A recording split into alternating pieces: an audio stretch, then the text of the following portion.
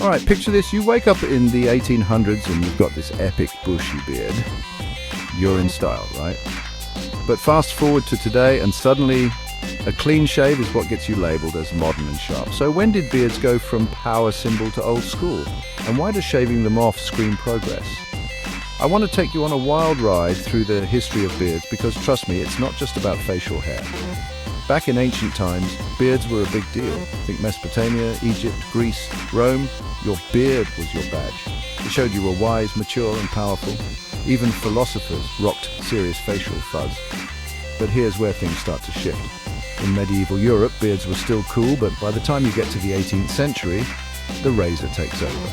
Thanks to guys like Peter the Great in Russia, who literally taxed beards to force his people to look more civilized. Suddenly, shaving wasn't just personal hygiene, it was political. As the world got more connected, clean-shaven faces started to mean something different. Industrialization kicked in, and so did new ideas about what modern looked like. A neat face became a sign you were ready for the future, not stuck in the past.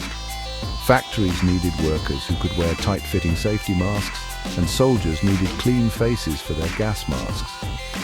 So shaving wasn't just a style, it was about function and fitting into a changing world. Fast forward again and now, movies, ads, and even politicians start pushing the clean-shaven look as the ultimate sign of progress, a beard.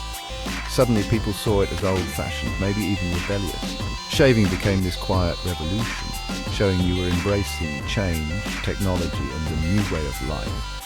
But here's the twist, beards never totally disappeared, they keep coming back, each time with a new meaning, sometimes rebellious, sometimes trendy, sometimes wise. The real story isn't about the hair on your face at all.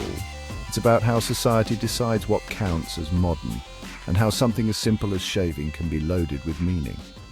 So next time you pick up a razor, or let your beard grow wild, remember, you're not just making a style choice, you're part of a centuries-old conversation about who we are and where we're headed. Thanks for tuning in. If you loved this dive into history, hit that like button and stick around for more stories that make the past come alive.